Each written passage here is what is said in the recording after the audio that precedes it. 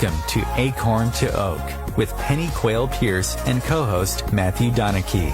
Within each acorn, there is the DNA that strives to be a mighty oak tree. All it needs to reach its potential for greatness is to be activated.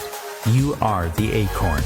On this show, we will share with you the tools and guidance you need to grow into the person you are meant to be. And now your host, Penny Quayle Pierce and co-host Matthew Donachie.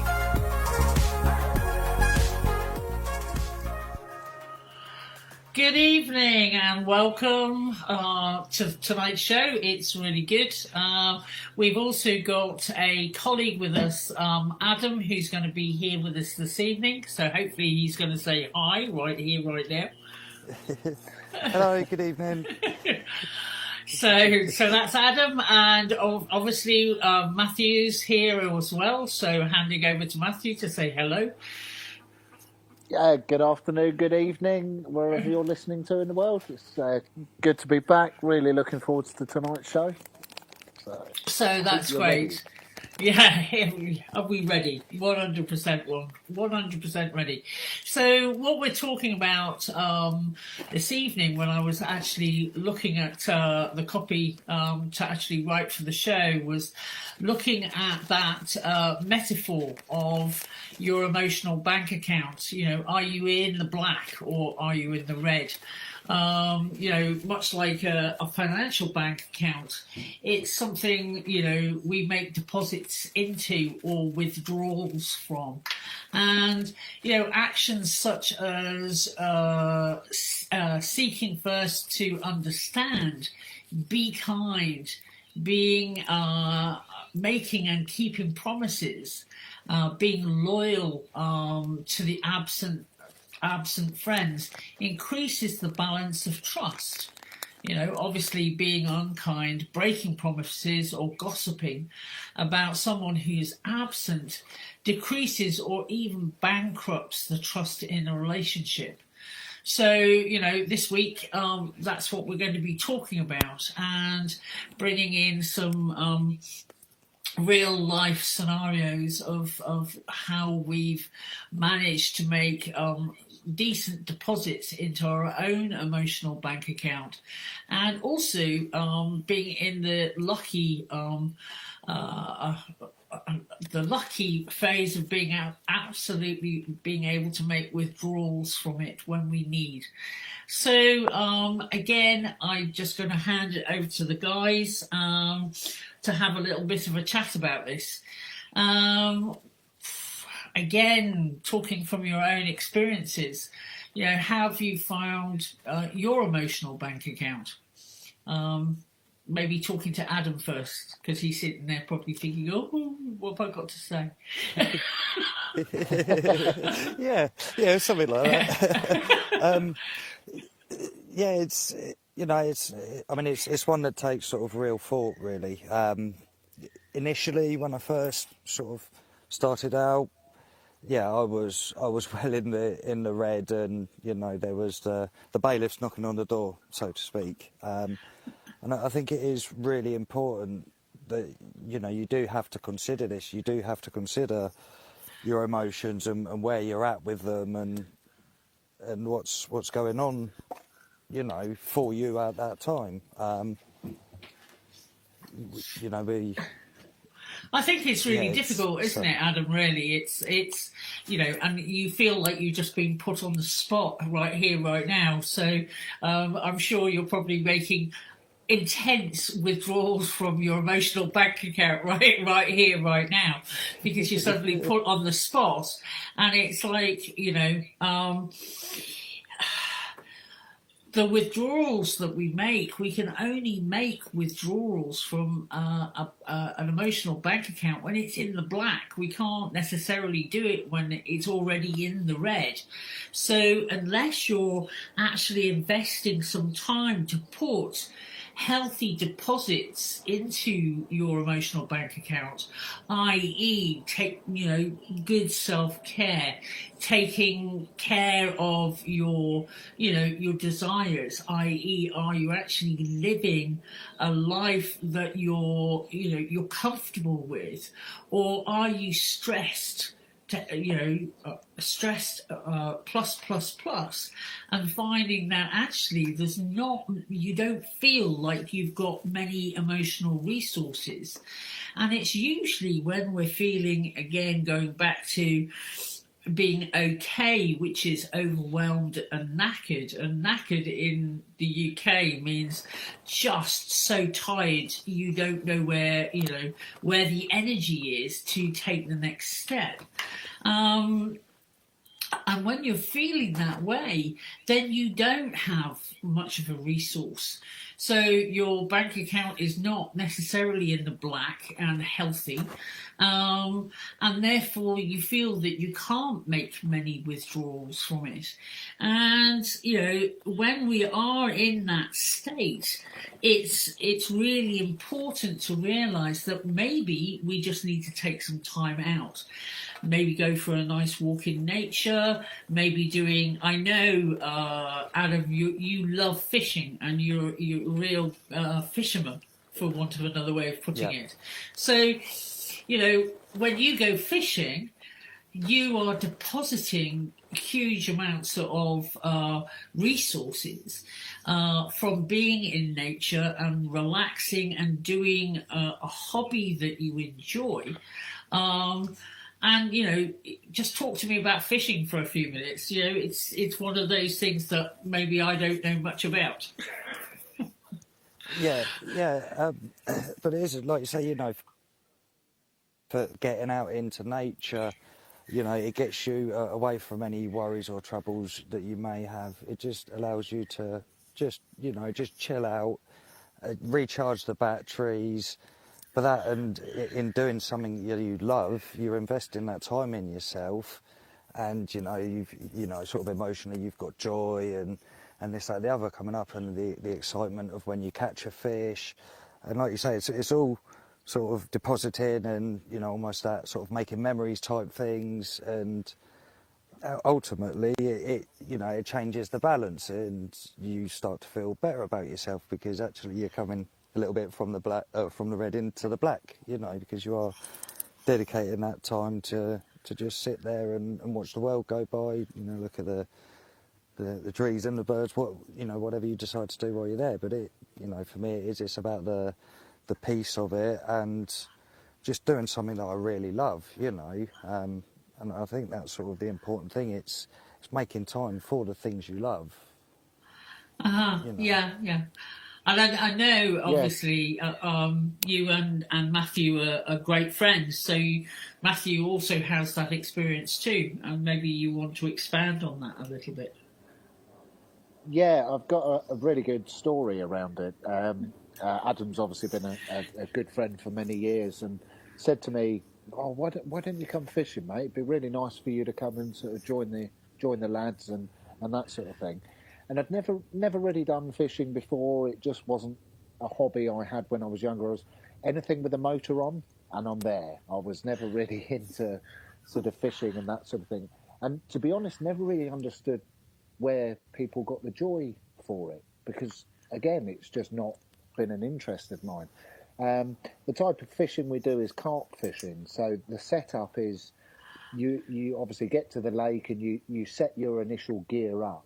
And then once you've chosen where you're going to fish, you have rod alarms. So you cast out, you put your rod down, and then when the alarm goes off, you know you've got a fish. So you're not sitting there constantly looking at things and being mindful of fishing. And I remember the first time I went with Adam, and we were frantically getting all our kit set up, and it was, right, got that sorted, now got to get the net sorted, get this. And then once we got to the point where everything was set up and we had all our gear ready, I sort of turned to Adam and I was like, right, what do we do next? And he just looked at me and said, nothing. And it was as if that, as soon as Adam said nothing, my brain turned around and said, right, okay, well, you don't need me, so I'm off.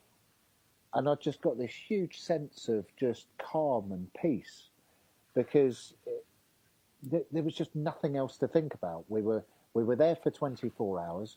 We'd set up all our gear. So that was all the responsibility and the action we needed to take. So very much like I say, my head just cleared, and you can spend hours in nature just looking at the trees, looking at the lake, looking at the birds, and it just gives you, it slows everything down. You've got nothing to do for 24 hours other than fishing, and you're doing that. I So tell you, wow, it that's just creates this space where you can just zone in with nature and actually feel what's really important, rather than just thinking about everything the whole time. So I would say my love for fishing is just as much for the peace as anything else. And meeting fishermen on the bank at various times around various different lakes, I would say that 95% of fishermen are there for the peace and quiet and the clarity, rather than the fishing they're doing. The fishing is just getting them to that space, and it's really quite interesting. And we do it regularly, and it's something that I do regularly now, because I know I'm going to get 24 hours in nature, just relaxing, and getting some space and clarity between what's been going on the week before and work stuff and this, that, and the other. And I find when you've got that pure peace and that clarity, it's really easy to make decisions.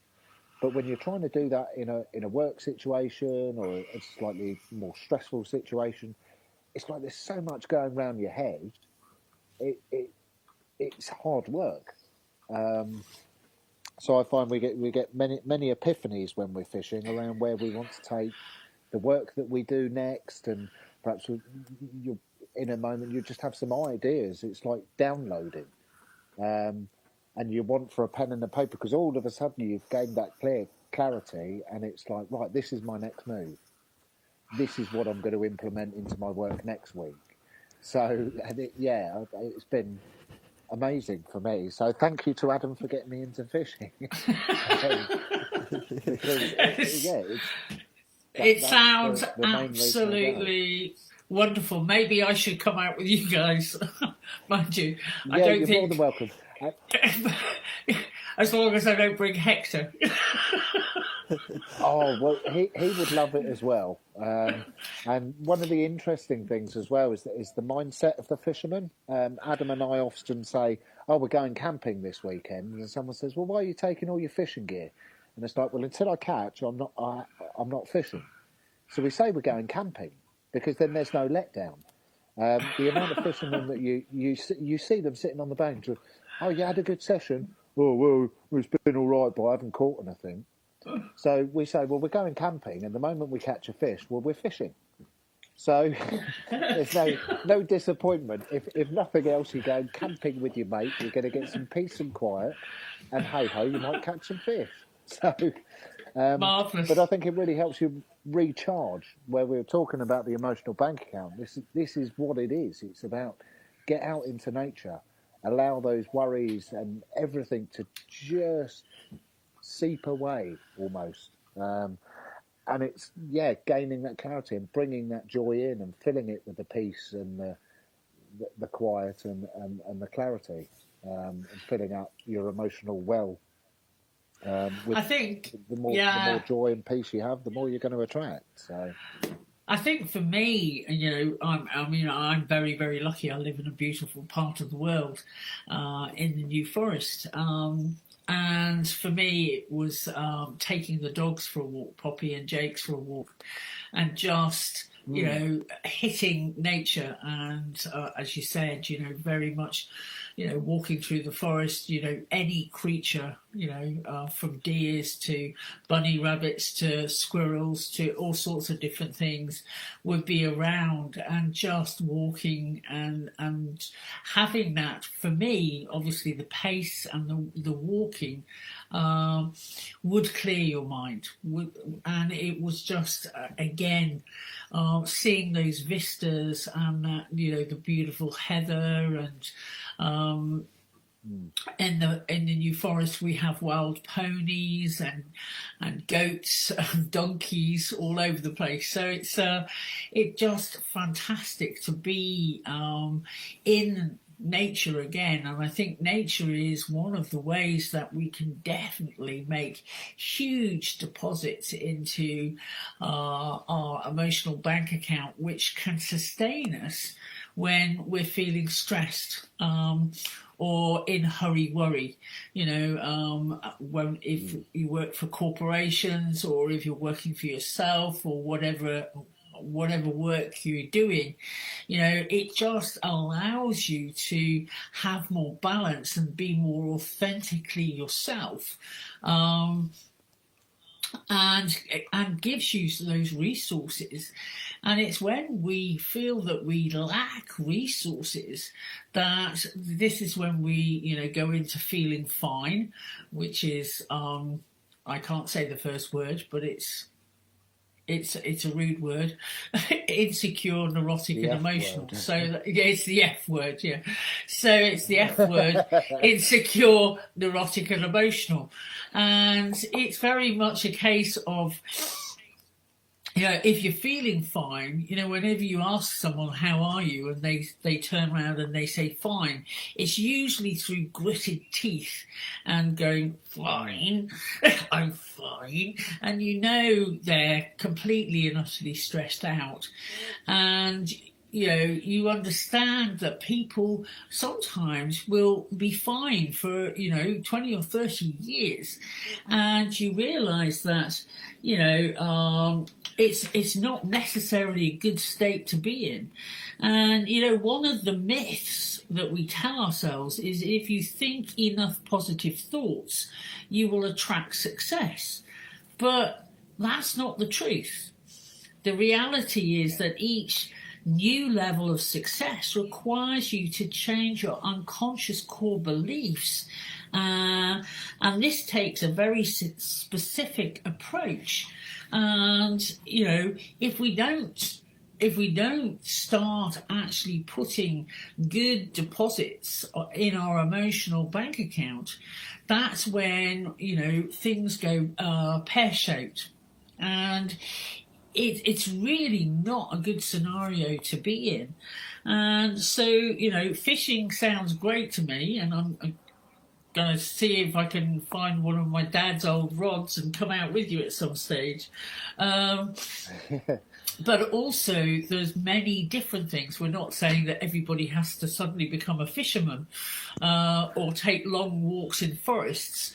What we're actually trying to say to you is, find something that really makes you feel recharged, and do that hobby or that activity, whether that's going to the beach, whether it's surfing, whether it's scuba diving, whether it's, using a microlight or flying. That's one of the things I enjoy. I always look at it. We'll see you after the break, on the other side of the break. So we'll enjoy the conversation again.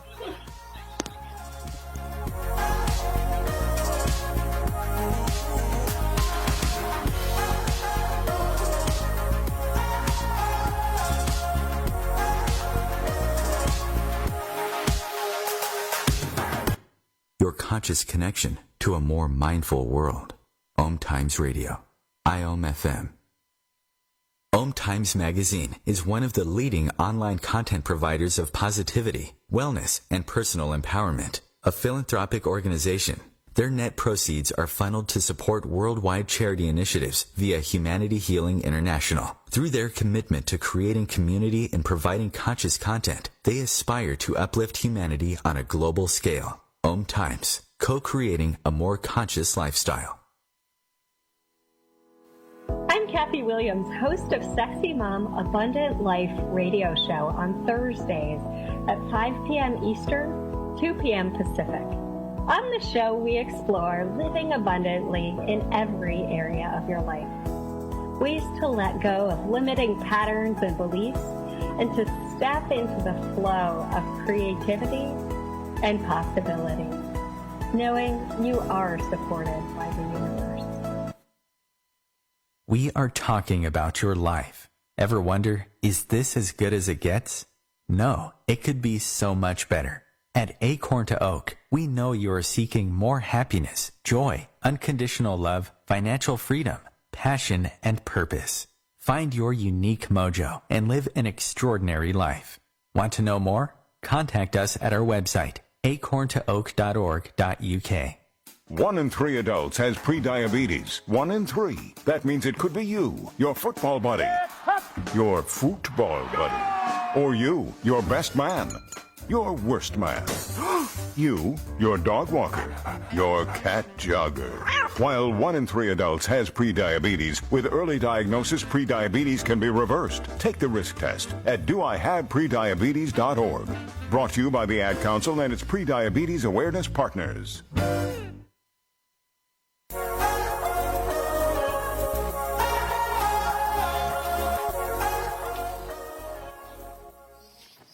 So we're back. And I was reading something earlier on today, which was basically talking about, are you motivated by vision or avoidance? You know, most of us are, most of the time, are motivated by a fear of failure, avoidance of disaster or pain, etc. And the driving force creates a very different experience of life than being motivated by a powerful or compelling vision of what is possible. We push ourselves through life rather than being pulled when we are motivated by avoidance, rather than by inspiration and possibility.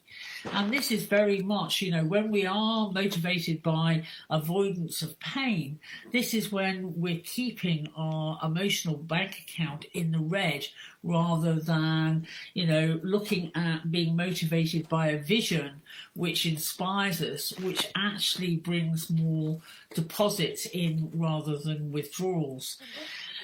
And it's really important, I think, you know, to realise that inspiration and possibility is so important. We look at things, and I know we were talking, was it last week or the week before, about the three impossible challenges that we took by walking on glass and breaking an arrow with our neck, and also doing a fire walk, and realizing that those tasks, our conscious mind thought that those tasks were impossible, whereas what we did on that particular retreat was make sure that actually everybody realized, one, that they could do it, and two, that it was about mindset.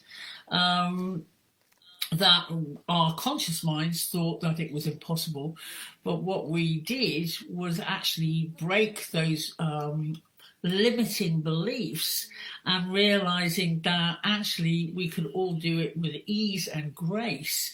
And those experiences were very much deposited into the black in our emotional bank accounts. And I know that each of us, since doing those 3 challenges, have seen amazing turnarounds in our thought forms and our ability to draw on those resources to change all sorts of different areas of our lives. So when you do something that inspires you, know that it's a really important resource that you can use and draw on, and your authentic self takes that and realizes that you are limitless. So just handing over to the boys again for their input. You know, Adam, is there anything else you'd like to add to that? It's especially sort of reading the stuff earlier, where where it is, are you making your decisions based out of fear or this, that, the other? And it is important to have those things like the completing the impossible challenges, but on the same token, in some ways, it's the same as going fishing or doing something you love. It's having those deposits in your account that you can go back to and go, I can do this, or I can feel like that, because for me, I use music quite a lot. with a lot of the courses that we do and that. We play various songs, and you know, it almost links you back to that time. So if you're having a bit of a bad day or something, it's putting that music on and taking yourself back to that time when you was in absolute joy. You know, you've got family around you and everything's great, and it's having those deposits in there to be able to, when you are thinking a bit negative or this, that, the other, use them to actually pull yourself out of it and, you know, realise that anything is, or things we think are impossible aren't. And it's, you know, you start to doubt yourself and this, that, the other. Yeah, however, I've done the impossible 3 times in one night. And it's that like real strong evidence that you can't argue with. You just take yourself back and, yeah, no, I can do it. Yeah, it's stunning. It's absolutely stunning. I think, you know, for me, you know, the more fun and pleasure you can have, you know, to live from your vision and possibilities, you know, is so more effective than anything else. As you're saying, you know, you cannot, when you have those experiences, it's like, you know, for heaven's sake, make sure that you take a mental picture and also just remember how you feel. You know, for me, again, at Acorn to Oak, I've been exposed to a plethora of different incredible experiences where, you know, we've been chanting in the White Caves near Glastonbury, and the whole place erupted as we chanted and were toning, and it just standing there and being part of that experience was, you know, like huge drafts of amazing water being poured into a thirsty soul. It was just stunning. And coming out and having a whole bunch of people just thanking us for doing it. And, you know, the pleasure was totally ours. You know, we were just having such a joyous time in there. And to have people thank us for doing it was like the icing on the cake. And, you know, those types of experiences for me just keep on putting more and more and more deposits into my emotional bank account, which sustains my whole life. You know, it's what inspires me, and it's what actually allows me to be the guide that I am for other people. And, you know, again, you know, it's finding those things in everybody's life who's listening to this and just going, wow, what can I do to inspire myself? Because if I can inspire myself, then I can take this to the rest of humanity and help them gain these experiences also. So, you know me, I can get on my soapbox, you know, like there's no tomorrow. So, Matthew, have you got anything that you'd like to add to that?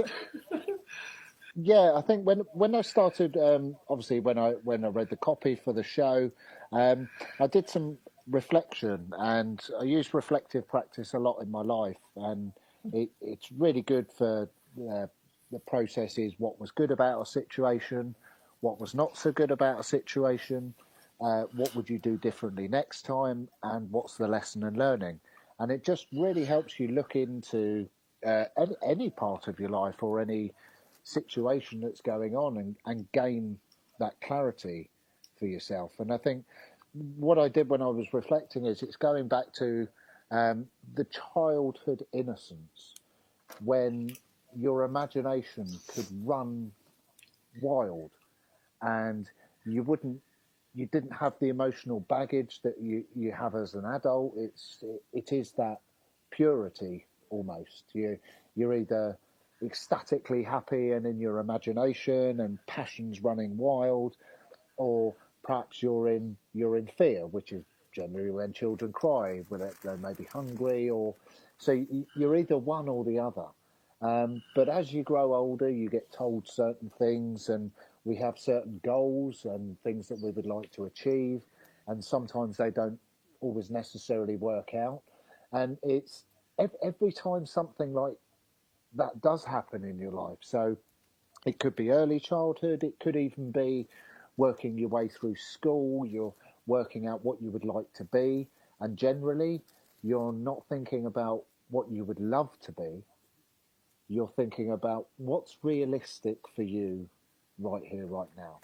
And this could be, and this is things we're basing things on grades and intelligence and that sort of thing. Whereas if someone has a love for a subject, no matter what it is, they're going to excel more than someone that has a greater level of intelligence anyway, because the passion's flowing. So, but if so, automatically at school, you have your dream job, and more often than not, people give up on that dream job because they think, well, I can't do my dream job. So you change your behaviour and you change your thought forms, and like we're talking about the emotional bank account, it's putting a negative deposit into your bank account, and then you may obviously in the later teens you focus and think, right, okay, well, yeah, a lawyer is what I would like to be.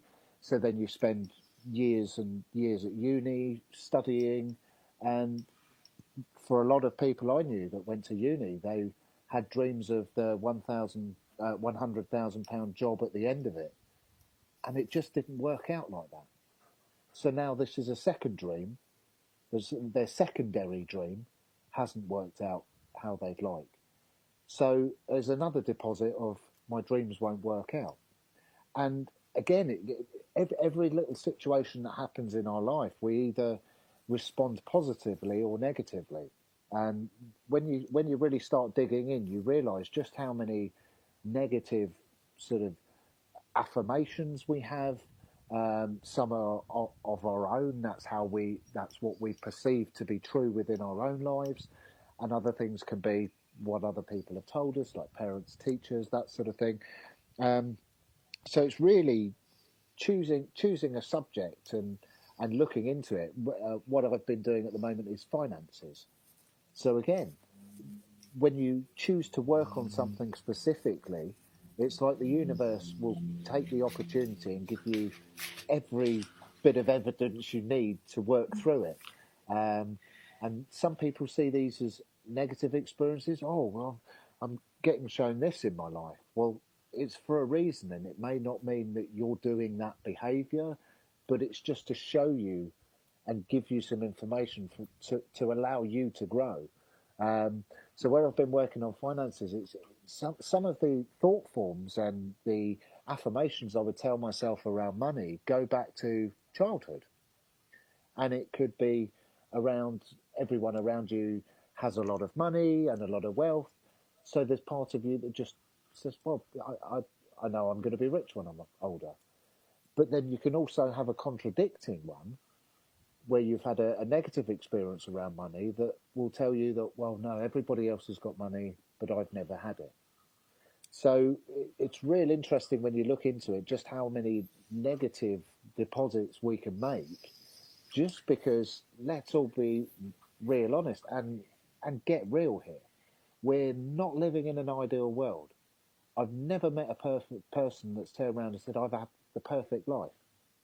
We all assume that it's always better and it's okay for everybody else because somehow we see ourselves as having a worse experience. But actually, everything's relative to your own life. So cancer for one person could be not as bad as child abuse for somebody else. And you may disagree and think it's the other way around. However, if you ask two people, everything's relative within your own life. So everyone's bad stuff is as bad as anybody else's. And so it's taking responsibility for our stuff around it. We're the only ones that can start changing our bank account and dealing with some of those negative thought forms, some of those emotions, because more often than not, where you find a negative thought form, there's emotions attached to them. Because at that moment, what were you feeling when you had that negative experience, or what were you feeling when you had that positive experience?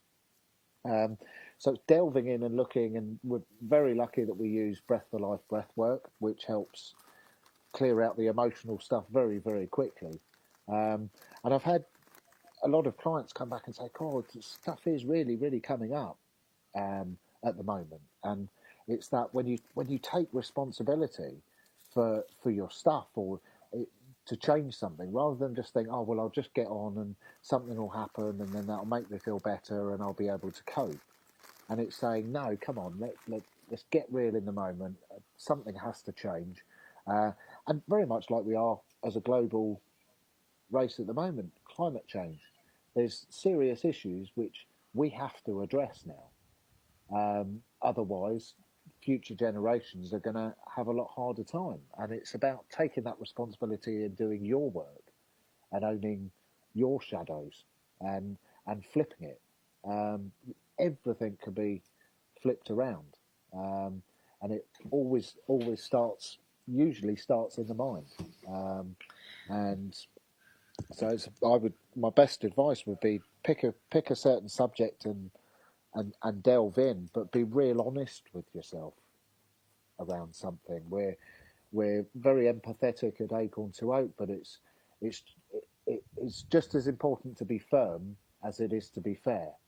So when you're reflecting and you're looking at a certain situation, you'll have some thought forms come up around, "Oh well, this always happens because somebody else comes and takes it from me," or "This always happens because when someone else does this, it makes me do that."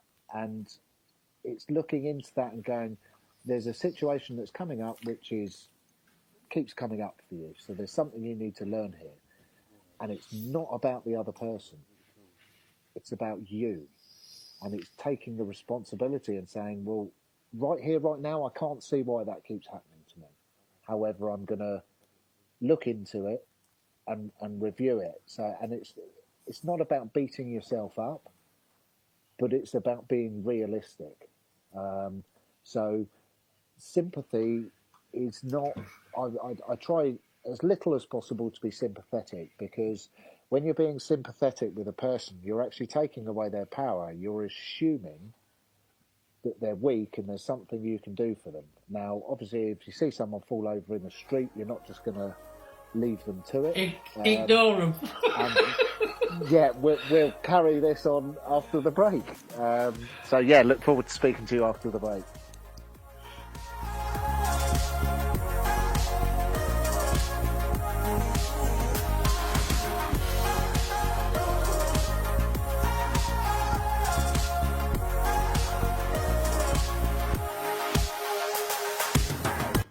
A conscious lifestyle for a mindful life. Om Times Radio. IOM FM. Being a radio host on IOM FM allows you to build your show on a rich platform with the power of the internet to fulfill your outreach goals and connect with a very specialized and global online audience, unlimited by time and distance. Om Times Radio will provide you with web relevance, a recognizable conscious brand, and with the standard of excellence that has accompanied every single Om Times endeavor. Host your show with Om Times Radio Network. Hello, I'm Sandy Sedgbeer, host of Om Times Magazine's flagship radio show, What is Going On. My passion is sifting through information, research and innovations from new thought teachers, speakers and researchers, pushing back the boundaries of what we know about life, energy, metaphysics and the universe. I love shifting perceptions about who we are, why we're here, and how quickly impossible becomes normal when we open our minds, expand our awareness, and accept that the only limits that exist are those we place upon ourselves.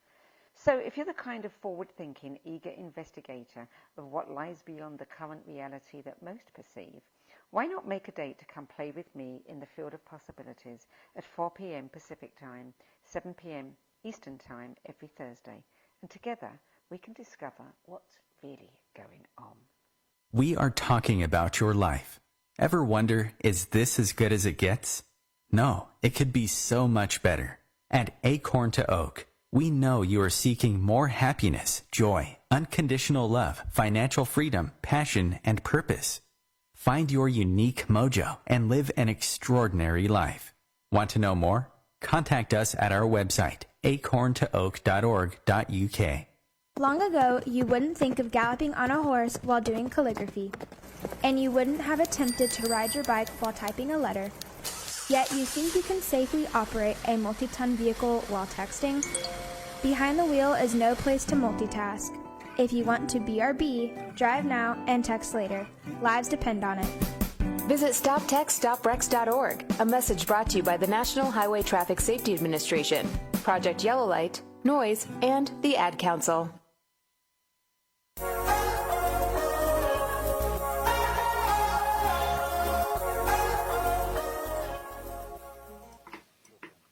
Hi, so we're back, and Matthew was talking just before the break, and it's important really to acknowledge that it takes courage to tell yourself the truth about what you really want and to truly live from your vision, choosing what to believe in and what is possible. In the end, you get to decide each day and every moment what kind of life that you're going to live. You're either constantly presented with a choice between fear and love. And choosing the love, obviously, is when you make real big deposits into the black part of your bank account. And if you're choosing to live from fear, which of course is false evidence appearing real, then that's when huge amounts of withdrawals happen and you're living in the red. So again, wanting to hand back to Matthew and Adam to get their take on that a little bit more. So I know Matthew was cut off in his prime there. He was just talking about getting passionate, getting on that box. So by all means, get back on that box and finish it off. Yeah. So just to round up where I started, it's you'd never ignore someone if they fell over on the street and hurt themselves. But very much when we're talking with emotions and mind work, so limiting beliefs and that sort of thing, you've kind of got to be brutal with self, because we're all aware of ego, and there's a part of I openly use my experience. So there's been a part of me over the years that has put myself before others in a negative way. And it's being honest about that and saying, actually, there was a time in my life when I didn't really care about anybody else but myself.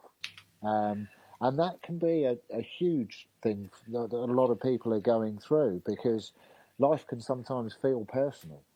It can feel as though you're having a bum deal and everyone else seems to get what they want and you don't. So then you naturally form a behaviour around, well, if that's true, why should I care about anybody else? And again, going global on this, how do you think we got in this mess? How do you think things got this bad, where we have 1% of the people on the planet hold all the money, and we've still got people starving? We'll spend billions on going to space, yet we won't solve poverty. It's because we've all got a little bit greedy, and it's taking yourself lightly and going, well, yeah, actually I'm responsible for doing that sort of behaviour, but at the same time I'm not going to whip myself for it. It's just, the important thing is to get the learning around it and realise it, because once you become aware of that realisation, that's when you can change it. And if we all do that, then the world will be a very different place. And very much like Penny said, sometimes it's not nice looking into these things, because you'll discover things about yourself that you don't like. However, behaviour is just behaviour, and it's learnt, and it means nothing about you, who you are.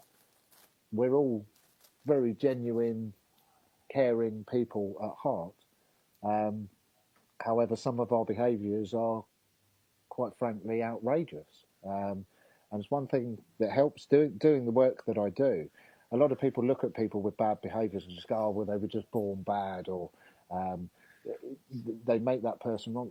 That person doesn't want to be bad.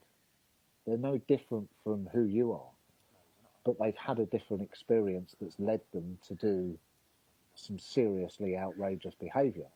And it doesn't make it all right, but it's going through it and taking the responsibility, and that's when you can make the change. is when you take the responsibility and tell yourself the truth. Because, you know, it is just what it is. Like I say, it's not who you are, it's just behaviours that you've formed. So my biggest advice is be kind with self, but also be firm, because that's where the change comes, when you use what we would call tact, which is telling yourself the absolute complete truth. So it's not just, oh, well, people walk over me the whole time and they always get what they want and I don't. That may seem true to you, but what part of you is allowing that to happen? Because that's the only thing that will change the situation. And once you realise that, you can change it and say, okay, well, I'm going to make a new decision. I'm not going to allow people to walk all over me anymore. And bang, your life will change. You can make a new empowering decision. And the other word we use is tact. So it's taking, which is taking absolute, complete responsibility and saying, you know, I've done that behaviour and I'm not proud of that. However, we always use the term, an apology doesn't cut it, but a change in behaviour does. Be that firm with yourself, because that's where the change will come. So that was just rounding off for me. So Adam, have you got anything you'd like to add to that? Have any of that resonated with you?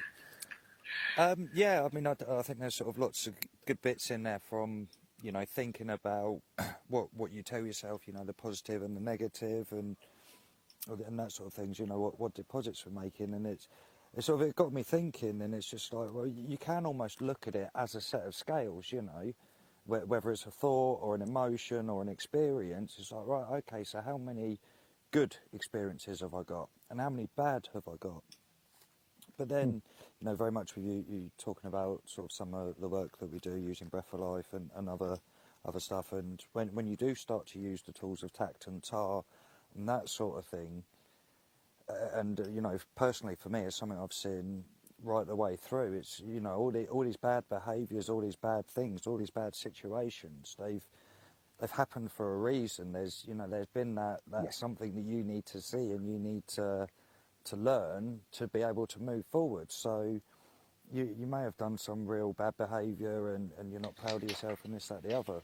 But when you look at it from an honest point of view and from a real point of view, you then work out, okay, well, I was doing that because of that and because of that, and then you make one small change and you don't do that behaviour anymore, and you've got some great realisations as to why you used to behave in the way you did, because it may have been linked, like I say, with an emotion. So, oh, well, every time I get scared, I don't feel comfortable feeling that, so I just get angry.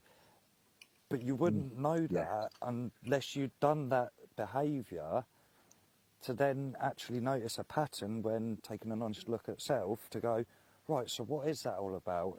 And then in the future you recognise it, and it's like, oh, in the past I used to just go and flip straight into that, whereas now you know, the more you deposit into your bank account, the more time and space you have to go, no, actually I'm just going to take a breath, make an informed decision, and then go from there, you know. I think you've both really nailed an awful lot of things on the head there, and it's when we actually take life too personally. We take life sometimes when something happens to us, we think it's a personal thing, whereas in fact it's just a situation or a challenge that has come up to help us grow in some way. And it's really difficult sometimes not to take life personally, but it's not a personal thing. It's just a whole set of situations and things that have come up, so that we can either react or decide not to react. And actually, it is the reaction to something that it is where the energy is at.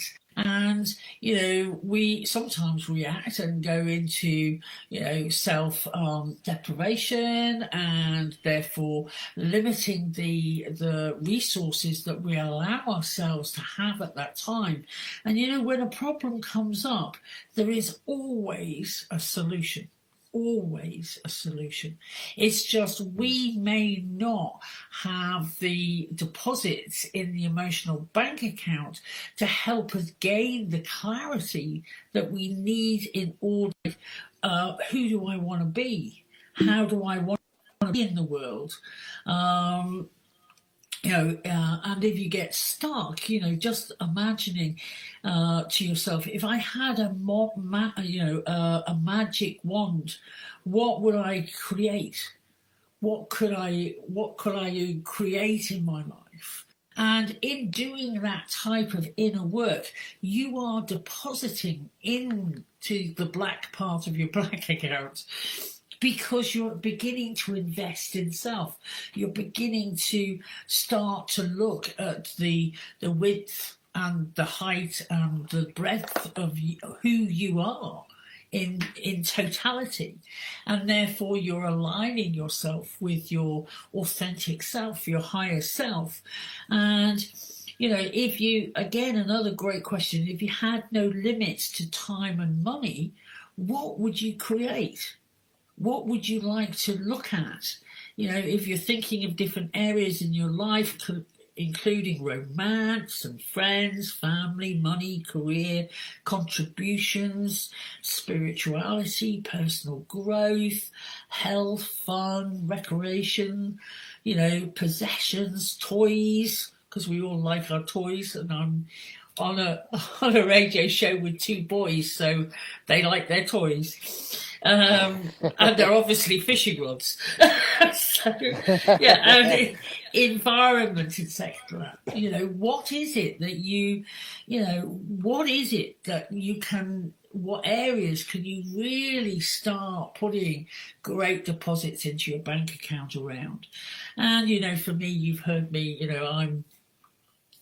I'm a bit of a divine nutter on occasions. I love going out and having spiritual experiences and really good energetic experiences. And, I've built a company around that, which is Acorn to Acorn, when we go on retreat and do mad stuff and go to Stonehenge and be with the Druids. And, it's wonderful. And all of that, brings in huge amounts of deposits for me in my own emotional bank account. And it's just playing. This is one of the things that Matthew was talking about a little bit earlier on. It's playing. It's just looking at it and going back into that childlike state where your imagination is free, and you can spend a huge amount of time just playing with a plank of wood, or a fishing line, or whatever you would like, painting or drawing or dancing or singing or whatever it is. And all of those types of things are making those great deposits into your bank account. So just handing back to the guys, is there anything else you would like to add to that? Because we're coming up to the top of the hour. So anything you guys would like to say? Yeah, I'll try and keep this as quick as I can. So it's just reviewing what we've been talking about. There's so much we need to get you to realise that you control everything in your life. I was watching a program, Heal, the other day, and what really struck a chord was if a doctor in a white coat or someone who you saw as authority told you that you were going to you had a disease and it was going to kill you, the chances are, if you believed them, it would. If you didn't believe them, it wouldn't. And we all know about the placebo effect. You can give someone a placebo and tell them they're going to get better, and they will. And you can give someone the real drug and tell them they're not going to get better, and they won't. And it just shows the only difference between the two situations is you and what you believe to be true and happen. So question all of the beliefs. Get out and find your happy, quiet place, wherever it is. So for me, it's by a lake fishing. For Penny, it's at the coast, breathing in that salt air. find a place where you can slow things down and get into your heart, as we would call it, and just start to review where things aren't necessarily working in your life and what are the beliefs around that. If you need any help with coaching and that sort of thing, obviously all the details are on the website. Get in touch with us, but do it for yourself. Make the change. So great to spend the time with you. Yep. Thank you for Adam for joining us. Yeah, No, thank you. yeah. You Great, take very care, good. See you all next week. and we'll see you next week. Take care. Take care. Bye. Bye.